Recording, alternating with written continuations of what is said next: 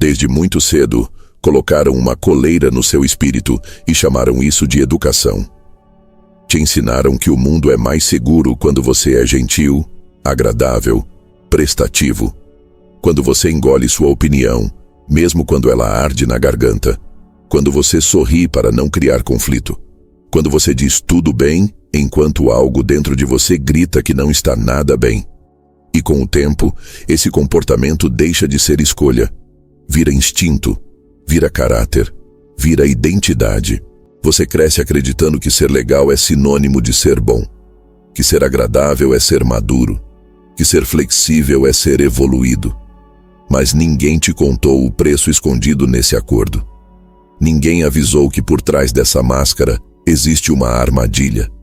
Quanto mais você tenta ser amado por todos, mais se torna invisível para si mesmo.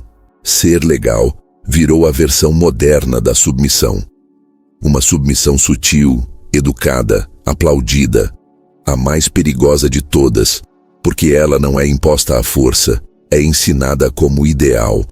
E a maioria aceita, orgulhosa, sem perceber que está se apagando. O mais perverso é que essa programação vem camuflada de virtude.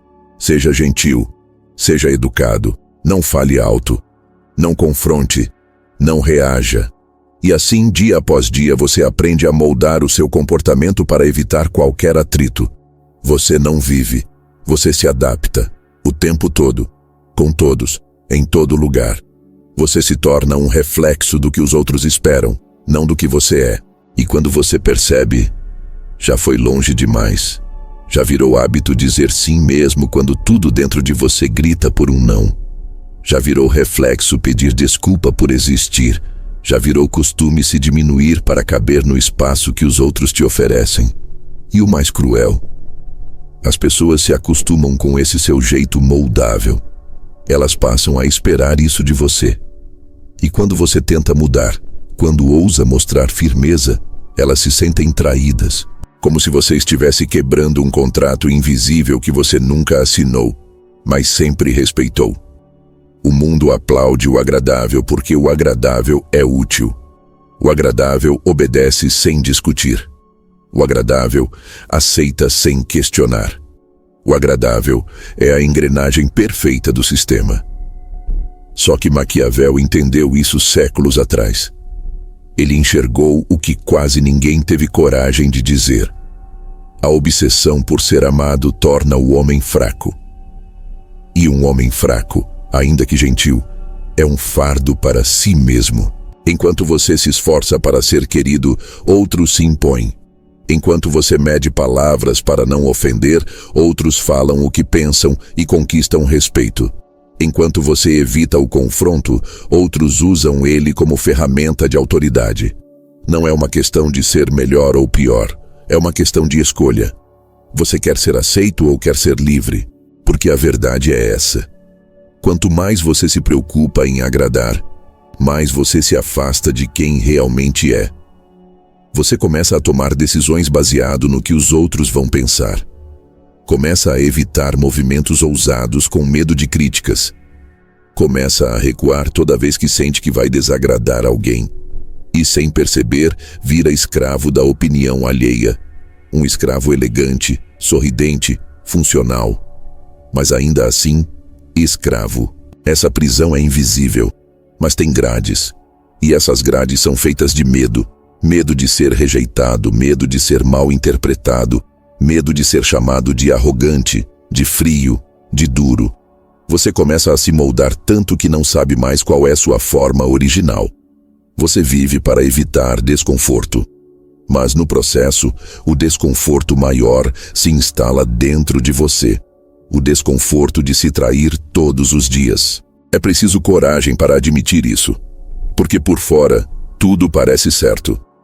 Você é elogiado por ser gentil, chamado de boa pessoa, visto como alguém confiável. Mas por dentro, você sente que está sempre em dívida com os outros, sempre devendo um favor, sempre tentando provar que merece o amor que recebe. Isso não é virtude, é servidão emocional. Maquiavel não escreveu para agradar, escreveu para alertar. Ele viu com clareza que o desejo de ser amado torna o homem manipulável, vulnerável, frágil e, no fundo, controlável. Ele sabia que líderes de verdade não podem se dar ao luxo de viver em busca de aprovação. Porque quem vive para ser amado acaba se perdendo na tentativa de se tornar o que o outro espera. Essa é a essência do problema. O agradador vive fora de si. Ele existe para ser aceito, e por isso nunca é inteiro. Ele não toma posição firme, não estabelece limites claros, não impõe respeito, porque ele tem medo. Medo de decepcionar, medo de ser deixado de lado, medo de ser visto como problema. E esse medo paralisa, esse medo esteriliza. Esse medo neutraliza o homem que ele poderia ser. A armadilha está em acreditar que ser agradável protege, quando na verdade expõe. Você não é respeitado por ser acessível. Você é usado. Você não é admirado por estar sempre disponível. Você é descartável. Porque o mundo não respeita quem vive para agradar. O mundo respeita quem tem espinha, quem impõe presença, quem está disposto a ser mal interpretado em nome da própria verdade. E aqui está o ponto que quase ninguém quer encarar. Em algum momento, você vai precisar escolher entre continuar sendo querido ou começar a ser respeitado. E essa escolha vai doer, porque ela exige abrir mão de elogios, de validações, de relacionamentos frágeis que só existem porque você cedeu mais do que deveria. Mas essa dor é o preço da liberdade, da reconstrução, da autoridade sobre si mesmo. E você só alcança isso quando para de se preocupar em ser agradável. Quando entende que o respeito começa no exato momento em que você abandona a necessidade de ser bem visto. A verdadeira força não está em agradar. Está em sustentar quem você é. Mesmo quando isso incomoda, mesmo quando isso contraria, mesmo quando isso decepciona. Porque só existe liberdade real quando você para de se curvar para caber nas expectativas dos outros. É nesse ponto que a máscara começa a cair, que a mentira começa a ser vista como ela é, uma prisão com um sorriso no rosto. E você entende que ser legal, quando custa sua verdade, é a forma mais educada de autodestruição que existe. E o nascimento do servo, como a obediência emocional, se transforma em identidade. Existe um tipo de prisão que não precisa de grades nem de guardas. Ela é construída dentro da mente. Aos poucos, sem que você perceba, ela molda o jeito que você se vê, o que você acredita merecer e o que você aceita como normal. E o mais perverso dessa prisão é que ela começa cedo. Muito antes de você ter consciência do que está perdendo. Ela começa quando você descobre, ainda criança, que dizer o que pensa pode te deixar sozinho. Que se impor pode afastar elogios. Que expressar raiva faz você ser visto como problema. E assim, passo a passo, você aprende a se podar. Cada vez que você silencia um impulso natural para evitar uma bronca, você está treinando seu cérebro a associar obediência com segurança. Cada vez que você engole um não para não desagradar alguém que você ama, você aprende que amor vem com condição. Cada vez que você é elogiado por se comportar direitinho, o seu inconsciente registra uma lição. Ser aceito é mais importante do que ser autêntico. E assim, pouco a pouco, o servo nasce. Mas ele não nasce fraco. Ele nasce inteligente. Ele percebe o ambiente ao redor e aprende a jogar o jogo. Aprende o tom de voz que agrada. Aprende os gestos que evitam punição. Aprende os comportamentos que garantem aprovação. Só que esse aprendizado tem um custo: a desconexão com os próprios instintos. A cada passo dado para se adaptar ao mundo externo, o servo se afasta do seu centro interno. E esse é o início da morte da identidade verdadeira. Com o tempo você para de perceber que está fingindo. Você acha que esse jeito de agradar, de ceder, de se calar, é simplesmente quem você é. Você começa a dizer coisas como: eu não gosto de conflito. Eu sou uma pessoa tranquila. Eu não quero incomodar ninguém. Mas, na verdade, o que você quer é sobreviver emocionalmente. O que você quer é garantir que ninguém te rejeite. E para isso, você está disposto a abrir mão de quase tudo, até de você mesmo. O servo que nasce desse processo não tem correntes nos pés, mas tem um medo profundo nas costas. Medo de desagradar. Medo de decepcionar. Medo de ser visto como inadequado. E esse medo molda todas as suas relações. Você começa a se comportar como se estivesse sempre em dívida com o mundo. Sempre devendo gentileza, compreensão, silêncio. Você se antecipa ao desejo dos outros, como se fosse sua obrigação garantir que ninguém ao seu redor sinta desconforto. Mas e o seu? Aos poucos, o servo vai se especializando. Ele se torna mestre em leitura emocional. Ele detecta mudanças sutis no tom de voz. Ele sabe quando alguém está incomodado, mesmo que a pessoa negue. Ele sente a tensão no ar e imediatamente se oferece para aliviar. Mas o que parece empatia, muitas vezes, é apenas vigilância emocional disfarçada.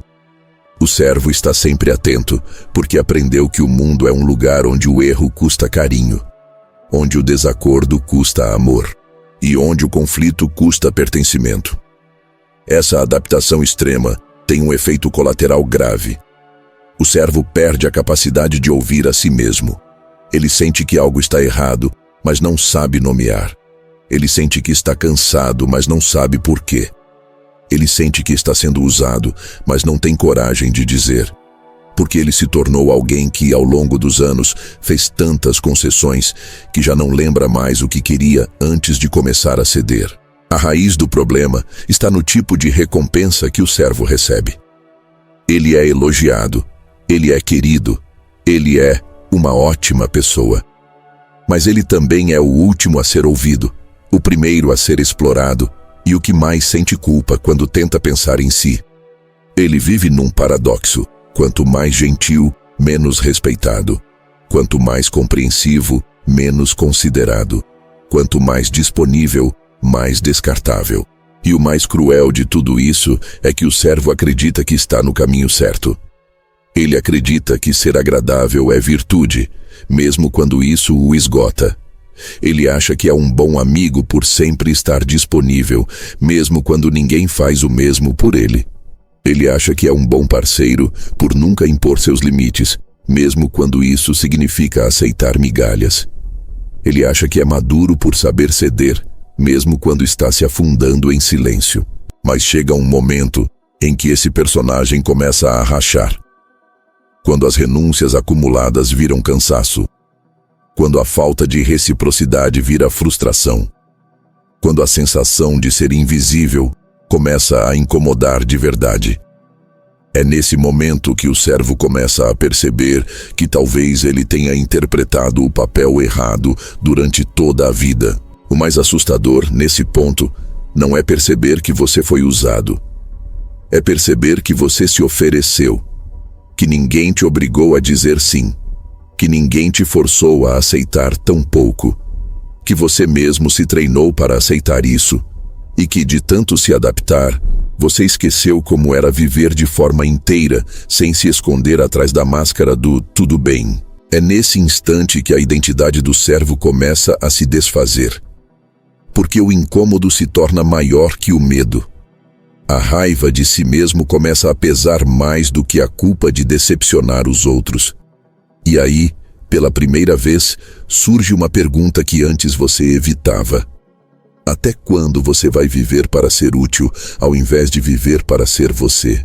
O servo, nesse estágio, começa a enxergar o que antes não conseguia. Ele percebe que muitas das suas relações existem apenas porque ele sustenta. Que muitos dos elogios que recebe são apenas recompensas por continuar sendo conveniente. Que o respeito que ele sonha não virá enquanto ele continuar vendendo sua dignidade em troca de aprovação. E essa é a virada mais difícil. Entender que ninguém virá resgatar você desse papel. Ninguém vai te oferecer liberdade. Porque o mundo se acostumou com sua obediência. Porque sua ausência de limites virou conforto para os outros. Só existe um jeito de sair dessa posição, matando o personagem que você criou, matando o servo que você se tornou. Mas isso exige algo que o servo nunca praticou: coragem para confrontar, para decepcionar, para desagradar, para dizer não, mesmo tremendo, para impor presença, mesmo sem saber como, para errar, tropeçar e ainda assim seguir como alguém que decidiu não mais viver em função da aceitação alheia. A libertação não vem com frases bonitas, vem com decisões duras, com desconforto, com o choque de olhar no espelho e admitir que você se perdeu em nome da paz, que você virou sombra para que os outros brilhassem, que você sacrificou sua verdade em troca de um pouco de carinho. Mas agora, esse preço se tornou alto demais, e a única forma de sair disso é reconstruir. Não um novo personagem, mas uma nova identidade. Uma que não se baseia em ser agradável, mas em ser inteiro. Uma que não vive para manter tudo em equilíbrio, mas para sustentar o próprio eixo. Uma que não teme o conflito, porque sabe que a verdadeira paz não exige autoabandono. O servo nasce do medo, mas o homem que o mata nasce da clareza. E quando essa clareza chega, ela muda tudo. As palavras mudam, o tom muda, a postura muda, a forma de ocupar os espaços muda. E as pessoas sentem, porque o servo era útil, previsível, fácil. Mas o homem que ressurge é firme, direto e finalmente real. O ciclo da fraqueza. Porque o mundo respeita quem impõe limites e despreza quem sorri demais. Existe um padrão sutil, quase invisível, que molda a forma como as pessoas te tratam. Um padrão que não se baseia no que você diz sobre si mesmo, mas no que você tolera. Porque o mundo não lê suas intenções. O mundo lê seus limites. E quem não impõe limites inevitavelmente será tratado como quem não tem valor. É um ciclo silencioso, cruel e preciso. Começa com pequenas concessões. Você cede em algo simples, só para evitar uma conversa difícil. Você diz, tudo bem, quando na verdade aquilo te incomoda. Você aceita um pedido mesmo estando exausto. E o pior, você faz isso achando que está sendo generoso, acreditando que sua gentileza será reconhecida, retribuída, talvez até admirada. Mas não é o que acontece. A verdade é que o mundo testa você o tempo todo. Testa o que você permite. Testa o quanto você aguenta. Testa o que você entrega sem exigir nada em troca.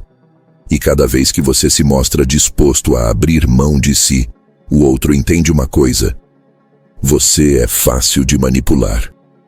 Você não oferece resistência. Você não tem custo. E aquilo que não tem custo, com o tempo, também não tem valor. Pessoas percebem isso de forma instintiva. Elas talvez não saibam explicar, mas sentem. Sentem quando estão diante de alguém que precisa ser aceito, que precisa manter a harmonia a qualquer preço, que precisa da aprovação como um peixe precisa de água. E a partir desse momento, o respeito desaparece. O espaço vira desproporcional. O outro cresce, você diminui. E o pior, não foi ele quem roubou o seu espaço. Foi você quem cedeu. Existe um erro comum entre os agradadores. Eles acreditam que ser gentil é o caminho para o respeito. Mas o respeito não é construído com gestos de bondade. O respeito nasce da firmeza, da capacidade de dizer não, de mostrar que existem linhas que não serão ultrapassadas, de deixar claro que sua energia tem preço, que seu tempo tem filtro, que sua presença não está sempre disponível. Pessoas que colocam limites são lidas como autoridade. Não porque sejam agressivas, mas porque são consistentes. Elas não explicam demais. Elas não justificam tudo. Elas não têm medo do desconforto alheio. E justamente por isso, o mundo trata essas pessoas com mais cuidado. Existe uma linha clara ao redor delas. Uma linha que ninguém atravessa sem pensar duas vezes. Mas quando você se acostuma a ceder, algo se quebra. Porque o mundo passa a olhar para você como uma extensão de suas necessidades, não como um indivíduo com vontades próprias. E não se trata de maldade. Trata-se de percepção. Quanto mais você oferece, mais as pessoas esperam. E quanto menos você reage, mais elas se sentem à vontade para avançar. O ciclo da fraqueza é exatamente isso. Você começa cedendo para ser aceito, mas a aceitação nunca vem como você espera. Vem como cobrança, como expectativa, como exigência. E a cada nova situação, você precisa ceder um pouco mais, doar um pouco mais, aguentar um pouco mais. Porque o lugar que você ocupa na mente dos outros é aquele que você mesmo construiu. O lugar de quem não reage. E quando você tenta sair desse ciclo, algo curioso acontece. As pessoas se revoltam, elas se irritam com a sua tentativa de mudança. Elas dizem que você está diferente, está grosso, está egoísta. Mas não é disso que elas sentem falta. Elas sentem falta do controle que tinham sobre você, do acesso irrestrito, do conforto de saber que você não ia dizer não. Essa reação é o termômetro da verdade. Quando as pessoas estranham sua firmeza, é porque estavam acostumadas com sua fraqueza. E isso revela algo poderoso. O mundo não te trata como você é. Ele te trata como você permite. E se você permitir demais, será tratado como menos do que merece. A única forma de sair desse ciclo é fazer aquilo que o agradador mais teme: desapontar, gerar incômodo, assumir a fricção. Não por prazer, mas por integridade. Porque cada vez que você impõe um limite, você envia uma mensagem silenciosa: eu me respeito. E essa mensagem reorganiza a dinâmica. Muda a forma como o outro se comporta. Porque ninguém pisa onde há firmeza. Você não precisa levantar a voz, você não precisa ser hostil, basta ser claro. Basta parar de sorrir para o que te desgasta, basta parar de explicar o óbvio, basta começar a dizer: isso não me serve, com a mesma naturalidade com que sempre disse: claro, sem problema. O problema nunca foi sua gentileza. Foi a ausência de limites ao redor dela. Gentileza sem limite não é virtude. É exposição. É convite à exploração. E o mundo está cheio de gente pronta para explorar tudo o que for gratuito. Tudo o que não tem resistência. Tudo o que se entrega sem critério. Se você se identifica com isso, talvez já tenha vivido aquela sensação estranha de ser querido, mas não respeitado. De estar presente, mas não ser levado a sério. De ser útil, mas não ser lembrado. Essa é a consequência de uma vida onde o agrado se tornou regra e o limite virou exceção. Onde você ensinou o mundo a te ver como alguém que nunca impõe. Mas ainda há uma saída. E ela começa no silêncio. No momento em que você para de se justificar, para de se explicar, para de buscar permissão para ter limites. Quando você entende que não precisa ser aceito por todos, só por si mesmo. Nesse momento, o ciclo começa a se romper. Você começa a falar menos e a agir mais, a dizer não sem tremor, a recusar convites sem culpa, a deixar de responder o que não merece resposta, a valorizar o seu tempo como se ele fosse um recurso escasso, porque ele é. E com o tempo, as pessoas notam. Elas não comentam de imediato, mas passam a te olhar diferente. Começam a medir as palavras, a planejar antes de pedir, a pensar antes de invadir. Porque agora existe um peso nas suas ações, um preço no seu sim.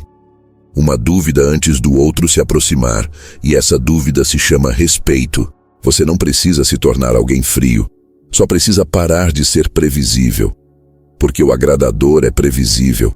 Ele sempre diz sim, sempre entende, sempre cede. E o previsível nunca impõe respeito. Ele só oferece conforto. E conforto demais cansa. enjoa, diminui. Quem impõe limites, impõe presença, impõe estrutura, impõe valor, porque deixa claro que está ali por escolha, não por obrigação, que está disponível dentro de condições, não como obrigação emocional. E isso muda tudo. Então, se você se sente preso nesse ciclo, lembre-se, o respeito não nasce do quanto você agrada, mas do quanto você é capaz de se proteger. E quem se protege, inevitavelmente, passa a ser protegido pelo próprio espaço que cria ao redor de si. A falência emocional do agradador. Quando ser amado custa mais do que estar vivo, mas algumas pessoas não percebem que estão quebradas até o momento em que param para respirar. Quando o silêncio chega e não há mais ninguém pedindo, cobrando ou elogiando, sobra apenas uma pergunta: quem sou eu quando ninguém precisa de mim?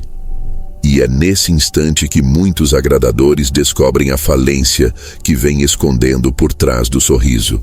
Esse colapso não acontece de uma vez, ele vem lento, disfarçado de cansaço. Primeiro é o corpo que reclama, depois a mente fica pesada. A alma, por fim, começa a dar sinais. Desânimo constante, vontade de sumir, sensação de que tudo é demais. Mas o mais perigoso dessa falência não é o esgotamento. É o fato de que o agradador não se sente no direito de parar. Ele continua dando, continua se explicando, continua mantendo relações que já o ferem há tempos, tudo por medo de desapontar, tudo por terror de ser visto como egoísta. O agradador acredita que sua função no mundo é ser aceito, ser amado, ser útil. E quando isso falha, ele não culpa o ambiente. Ele culpa a si mesmo. Ele não consegue dizer, não aguento mais. Ao invés disso, ele diz, só mais um pouco. Ele não reconhece o abuso sutil dos outros. Ele acredita que está sendo sensível demais. Ele não se permite descansar. Acha que está sendo preguiçoso. E esse padrão vai corroendo sua base interna, até que um dia ele já não sente mais prazer, entusiasmo ou vontade. O colapso emocional não é barulhento. É o vazio que se instala mesmo em dias bonitos. É o silêncio interno onde deveria haver impulso.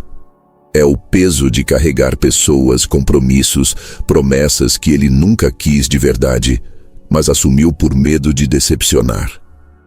Ele se tornou responsável por tudo, menos por si mesmo.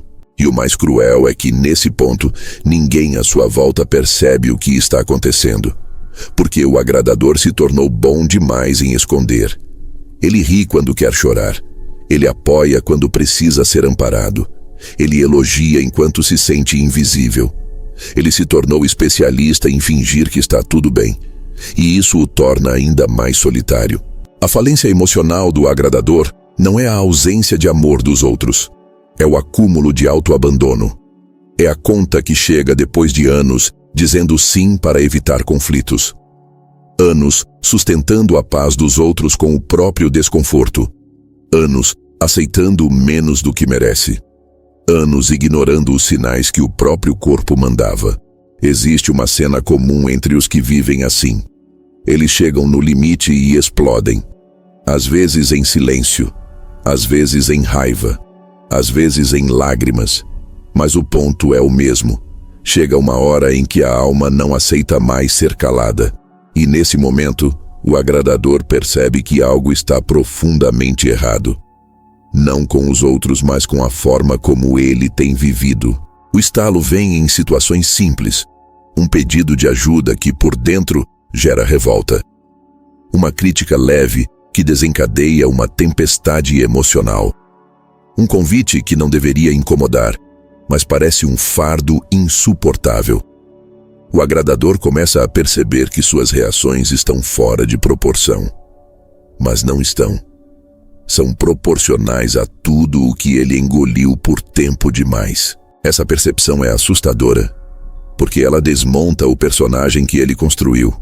Aquele que sempre ajuda. Aquele que está sempre disponível. Aquele que todo mundo elogia, mas ninguém realmente conhece. O agradador começa a entender que o amor que ele sempre buscou não estava vindo, e que talvez nem venha. Porque ele mesmo nunca se deu amor, só cobrança. A essa altura, a conta emocional já está no vermelho. O corpo cobra. A mente não desacelera. A alma pede silêncio, distância, tempo. Mas o agradador ainda hesita, porque ele ainda acha que parar é errado, que pensar em si é egoísmo, que se colocar em primeiro lugar vai afastar as pessoas. E essa hesitação o prende mais uma vez no ciclo, mas toda falência vem acompanhada de uma escolha.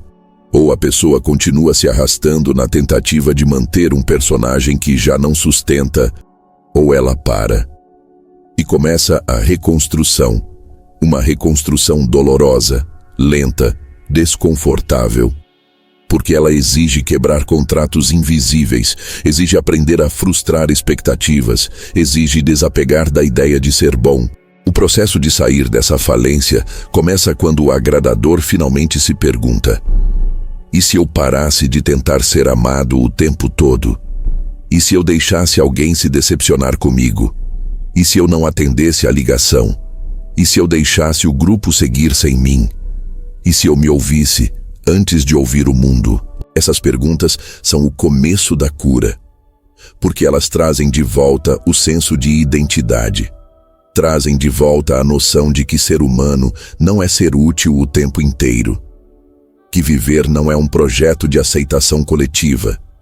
Que o amor verdadeiro não é conquistado por esforço, mas por verdade. Quando o agradador começa a dizer não posso, algo muda. Quando ele começa a desligar o celular para respirar, algo muda. Quando ele começa a dizer isso me machuca, algo muda. O ambiente estranha. Algumas pessoas reclamam, outras se afastam. Mas o mais importante é o que acontece por dentro. Ele começa a se sentir vivo de novo. Não é fácil, porque o medo de ser abandonado ainda grita. Mas aos poucos, ele percebe que aquilo que o esgotava não era o amor. Era a performance. A obrigação de manter a imagem de alguém sempre acessível, sempre calmo, sempre gentil, sempre forte, sempre tudo. E então vem a parte mais libertadora. Ele começa a descobrir quem ele é quando não está agradando ninguém. Ele começa a fazer escolhas reais, baseadas no que sente, não no que esperam. Começa a perceber que o mundo não desaba quando ele diz não. Que a vida não para quando ele prioriza sua paz. Que o amor que vale a pena sobrevive à frustração. E que ele não nasceu para servir todos, mas para viver inteiro. A falência do agradador é, na verdade, um renascimento disfarçado. Um convite brutal para deixar morrer o personagem que agradava o mundo e salvar o ser humano que se perdeu no processo. Porque ser amado à custa de si mesmo não é amor. É abandono emocional com aplausos em volta. E nenhum aplauso vale mais do que sua própria verdade sendo vivida. Sem medo, sem máscara, sem necessidade de aprovação. A brutalidade necessária. O poder de dizer não, sem explicações. Existe um momento decisivo na vida de qualquer pessoa que passou tempo demais se anulando. Um instante interno em que algo endurece. Não por raiva do mundo, mas por cansaço de si mesmo. É o momento em que você percebe que continuar sendo compreensivo está te custando a própria dignidade. E que, se nada mudar, você vai passar a vida inteira tentando ser aceito enquanto se afasta cada vez mais de quem realmente é. Esse momento não chega como um discurso bonito. Ele chega como um limite estourado. Como uma resposta atravessada que escapa sem pedir permissão. Como um silêncio mais longo do que o habitual. Como uma recusa que vem seca, sem justificativa. E quando isso acontece, algo dentro de você treme, porque você sente culpa, mas ao mesmo tempo sente alívio. E esse alívio é o sinal mais claro de que você cruzou uma linha importante. Dizer não sem explicações parece rude apenas para quem se beneficiava do seu sim. para quem sempre teve acesso fácil à sua energia, ao seu tempo, à sua atenção. A brutalidade necessária não é gritar, não é ofender, não é humilhar. É a frieza de não se explicar. É a firmeza de não negociar o que já está decidido. É a clareza de não suavizar a própria posição para proteger o conforto alheio. A maioria das pessoas nunca aprende isso. Elas acreditam que precisam justificar cada escolha, como se estivessem em julgamento constante. Explicam demais, se defendem demais, pedem desculpas demais. E cada explicação extra enfraquece a mensagem. Porque, no fundo, explicar demais é pedir permissão. E quem pede permissão não impõe respeito. Quando você diz não e fica em silêncio, algo poderoso acontece. O outro percebe que não há brecha. Não há negociação emocional. Não há espaço para insistência. E isso quebra um padrão antigo, porque as pessoas estão acostumadas a pressionar quem vacila. Estão acostumadas a insistir com quem se explica. Estão acostumadas a vencer pelo cansaço. Mas quando encontram alguém firme, elas recuam, não por bondade, por leitura de risco. A brutalidade necessária é assumir que você não precisa ser compreendido para ser respeitado, que você não precisa ser aprovado para existir, que o desconforto do outro não é sua responsabilidade. Highlight. Keep riding. Esse tipo de postura assusta no início, principalmente quem passou a vida tentando ser agradável. O corpo reage, o coração acelera, a mente começa a criar cenários de rejeição. Mas, curiosamente, a maioria desses cenários nunca acontece. O mundo não acaba. As pessoas não te abandonam em massa. Algumas se afastam, sim, mas são exatamente aquelas que só estavam por perto porque você facilitava demais. Existe uma diferença enorme entre ser cruel e ser claro. A clareza é direta, mas limpa. Ela não machuca por prazer. Ela apenas encerra possibilidades, e é isso que incomoda. Porque encerrar possibilidades significa tirar o poder de quem contava com a sua submissão. Significa dizer, isso não está mais disponível. E nada frustra mais do que perder acesso. Quando você começa a praticar essa firmeza, sua presença muda. Você fala menos, mas cada palavra pesa mais. Você não precisa se impor o tempo todo, porque sua postura já comunica. Você não precisa convencer ninguém, porque suas decisões falam por você. E aos poucos, as pessoas aprendem a lidar com essa nova versão. Algumas respeitam, outras se afastam. Ambas as reações são úteis. A brutalidade necessária também exige que você enfrente a própria culpa, porque ela vai aparecer. Ela foi treinada por anos. Sempre que você escolhe a si mesmo, essa culpa tenta te puxar de volta para o papel antigo. Ela sussurra que você está sendo egoísta, frio, injusto. Mas isso é apenas o eco de uma identidade que está morrendo. E toda identidade morre gritando. O não, sem explicações, é um marco. Ele separa quem vive reagindo de quem começa a conduzir. Ele transforma relações, ele redefine hierarquias. Ele deixa claro que você não está mais disposto a negociar sua paz para manter aparências. E com o tempo, você percebe algo surpreendente. As pessoas passam a te tratar melhor. Não porque você ficou mais gentil, mas porque você ficou mais firme. Esse tipo de firmeza cria espaço. Espaço interno e externo. Espaço para escolher melhor onde estar. Espaço para se afastar do que drena. Espaço para construir relações baseadas em respeito, não em conveniência. E esse espaço é essencial para a próxima etapa da transformação. Porque depois de aprender a dizer não, vem algo ainda mais desafiador. Aprender a sustentar quem você se torna quando não está mais agradando. A brutalidade necessária não é o fim da sua humanidade. É o começo da sua autoridade pessoal. É o ponto em que você deixa de pedir licença para existir. E quando isso acontece, algo se reorganiza dentro de você. Sua postura muda, seu olhar muda, Sua voz muda. Você já não entra nos lugares pedindo espaço, você ocupa. E esse é o divisor de águas, porque o mundo pode ignorar quem implora, mas ele sempre nota quem sustenta. A reconstrução do eu, presença, voz e padrão como atos de poder silencioso. Existe uma força que não grita, não implora, não tenta convencer. Uma força que não depende de performance, mas de solidez. Essa força é sentida antes mesmo que qualquer palavra seja dita. É o tipo de presença que faz as pessoas recalcularem o tom, medirem o que pedem, ajustarem o modo como se aproximam. Essa força nasce quando alguém decide de forma definitiva que não será mais um reflexo das expectativas alheias.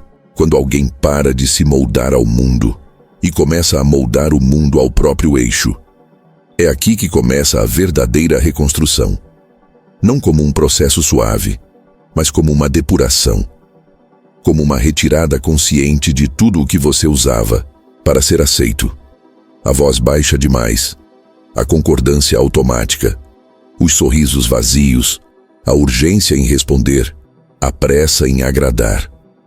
A reconstrução não é sobre se tornar outra pessoa. É sobre se lembrar de quem você sempre foi antes do medo ensinar a performance. Mas essa versão de você não surge com frases de efeito. Ela é construída na prática. Através da disciplina de não reagir como antes, de suportar o silêncio desconfortável sem correr para preenchê-lo, de escutar algo injusto sem se justificar, de recusar um convite sem se explicar, e principalmente de sustentar sua presença mesmo quando ela incomoda quem estava acostumado com a sua ausência de postura. Reconstruir-se exige reaprender a ocupar espaço, não o espaço físico, mas o espaço emocional, o espaço psicológico, o espaço simbólico. É parar de encolher os ombros em reuniões. É parar de falar pedindo desculpas com os olhos. É começar a se sentar como quem pertence, como quem sabe que tem o direito de estar onde está. A presença começa nesse ponto, quando você para de pedir permissão para existir. A sua voz vem logo depois. E aqui não se trata de volume, mas de verdade. De permitir que o que você pensa realmente seja dito, sem tradução, sem filtro excessivo, sem aquele verniz social que serve mais para proteger os outros do que para proteger sua integridade. É começar a falar o que é preciso, não o que é confortável. É dizer, não estou de acordo, isso não me serve, eu não aceito isso. E ao dizer, não esperar aceitação. Só se comprometer com a própria verdade. Mas talvez a parte mais desafiadora da reconstrução seja estabelecer um novo padrão. Porque o padrão antigo era simples: ceder, aceitar pouco, tolerar o intolerável, justificar o injustificável. Esse padrão era cômodo para os outros, mas era corrosivo para você. O novo padrão, por outro lado, exige esforço. Ele exige que você se retire de ambientes que antes tolerava, que corte vínculos baseados em carência, que feche portas onde sua presença só era bem-vinda enquanto você se calava. Estabelecer um padrão é declarar, mesmo sem palavras, não me movo por qualquer coisa. É parar de responder com velocidade a quem não responde com respeito. É deixar mensagens sem retorno. É silenciar para quem só aparece quando precisa. É parar de se importar com quem não demonstra importância por você. É olhar para si como critério, não como exceção. No início, esse novo padrão será chamado de frieza. As pessoas que sempre te manipularam com o peso da expectativa vão dizer que você está distante, estranho, indiferente. Mas a verdade é outra. Você finalmente entendeu que a atenção é uma forma de investimento. E que quem te oferece pouco não merece muito. Você não se tornou frio, você se tornou criterioso. E é justamente esse critério que transforma o modo como o mundo começa a te tratar. Quando a sua presença tem peso, o mundo se adapta. As pessoas pensam antes de falar. Elas perguntam antes de afirmar. Elas ponderam antes de te envolver. E o mais curioso, elas passam a confiar mais em você, porque firmeza gera confiança. E ninguém confia totalmente em alguém que está sempre tentando agradar. A reconstrução do eu é solitária, porque nem todos vão entender essa sua nova versão. Muitos vão tentar te puxar de volta para o papel antigo. O papel de quem aceita tudo, de quem compreende tudo, de quem está sempre disponível. Vão tentar reativar a culpa em você. Vão testar seus limites. Mas é aí que a sua reconstrução precisa se provar real. Você não deve explicações a ninguém por priorizar sua sanidade. Com o tempo, você vai notar que sua energia se torna mais seletiva. Que você prefere um silêncio inteiro do que uma conversa vazia. Que você escolhe com cuidado quem ouve suas ideias, quem participa da sua rotina, quem entra nos seus dias. E esse cuidado não é arrogância, é autoconsciência, é maturidade emocional, é amor próprio praticado em pequenas decisões. Esse novo eu que você está construindo não precisa ser defendido. Ele se impõe pelo que aceita e pelo que rejeita. Ele não precisa gritar. Ele não precisa se justificar. Ele apenas se posiciona. E quando se posiciona, move tudo ao redor. Porque presença firme muda dinâmicas. Voz verdadeira desarma manipulações. E padrão elevado afasta o que é raso. O que antes era vazio, agora se torna critério. O que antes era desespero por ser amado, agora vira tranquilidade por ser real. O que antes era urgência por agradar, agora vira paciência para construir relações que não exijam esforço para existir. A reconstrução do eu é, no fundo, a reconquista do próprio valor.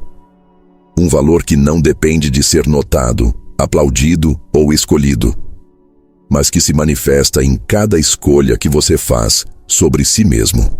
E quando isso acontece, quando essa nova versão se consolida, o mundo inteiro reage de outro jeito. Porque pela primeira vez, você deixou de ser uma opção e se tornou uma referência. E referências não se explicam, elas apenas existem. A morte do agradador e o nascimento do soberano. O mundo se curva a quem não se dobra. Há um momento na vida de quem passou anos tentando ser aceito em que o jogo finalmente vira. Não por acaso, não por mágoa, mas por saturação. É quando o agradador morre, não fisicamente, mas simbolicamente. Ele não desiste do mundo, ele desiste do papel que o mundo o obrigou a representar. E, nesse vazio deixado por um personagem que viveu implorando por espaço, nasce algo novo. Nasce o soberano. Mas esse nascimento não é bonito. Ele começa em silêncio, nas profundezas da alma. Começa quando você se olha no espelho e percebe que não reconhece mais quem se tornou. Alguém que viveu se moldando, se diminuindo, se sacrificando por vínculos frágeis. Alguém que confundiu bondade com submissão. Alguém que não sabia onde terminava o carinho e começava a humilhação. Alguém que trocou a autenticidade por aceitação e, no final, não teve nenhuma nem outra. É ali que você percebe. Não há mais nada a provar. Você já tentou ser tudo o que esperavam. Já se silenciou nas brigas, já engoliu opiniões para manter relacionamentos, já se curvou diante de figuras que nunca te valorizaram. E ainda assim, não foi suficiente. A verdade dura é que nunca seria. Porque o agradador joga um jogo que não tem fim. Quanto mais ele dá, mais se exige. Quanto mais ele cede, mais perde o próprio nome. Então chega o ponto em que você entende. O preço de continuar agradando é a sua existência. E nesse momento, algo em você se parte. Não como fraqueza, mas como liberação. A casca do bonzinho racha. A máscara do compreensivo escorrega. A estrutura do homem acessível desmorona. E ali, no meio da poeira, você encontra uma versão que sempre esteve escondida. A versão que não aceita menos do que merece. O nascimento do soberano não é um ato de força. É um ato de recusa. É parar de negociar com quem nunca cede. É parar de correr atrás de quem só aparece quando precisa. É sair de relações onde você precisa se transformar em outro para ser tolerado. É levantar da mesa onde a sua presença é exigida, mas sua essência é rejeitada. O soberano não pede espaço. Ele constrói o próprio território. Ele não se adapta a toda a sala. Ele entra e muda o ambiente. Ele não grita. Ele sustenta. Não disputa a atenção. Atrai respeito. Porque tudo na sua postura comunica que ele não está mais à venda. Nem seu tempo, nem sua energia, nem sua paz. Essa versão assusta quem sempre te teve como garantido, porque ela quebra a previsibilidade. O que antes era certeza, vira dúvida. O que antes era obediência, vira presença. O que antes era facilidade, vira critério. E o critério sempre ofende quem se beneficiava da ausência dele. O soberano não é agressivo. Ele apenas é inacessível para quem não sabe lidar com limites. E nesse ponto, o mundo começa a se reorganizar. Não por boa vontade, mas por necessidade. Pessoas começam a falar com mais cuidado. As perguntas mudam de tom. As exigências diminuem. Porque agora há custo, há peso, há estrutura. E ninguém brinca com o que tem estrutura. É curioso perceber como a dinâmica muda quando você para de tentar ser agradável. Quando você simplesmente existe na sua forma mais direta, sem edição, sem esforço para ser entendido, sem necessidade de parecer simpático. É nesse estado que o verdadeiro respeito nasce, porque as pessoas sentem que você não precisa delas para validar sua presença. O soberano não se importa em ser mal interpretado. Ele entende que a clareza incomoda quem vive de meias verdades. Ele não carrega explicações nos bolsos. Ele não carrega culpa por desapontar quem esperava submissão. Ele sabe que presença não é performance. E que o valor de alguém não está na quantidade de sorrisos que distribui, mas na firmeza de quem sabe onde pisa. Essa transformação não é gradual. Ela é decisiva. Ela exige que você abandone antigos códigos emocionais. Exige que você pare de correr para apagar incêndios que nem foram causados por você.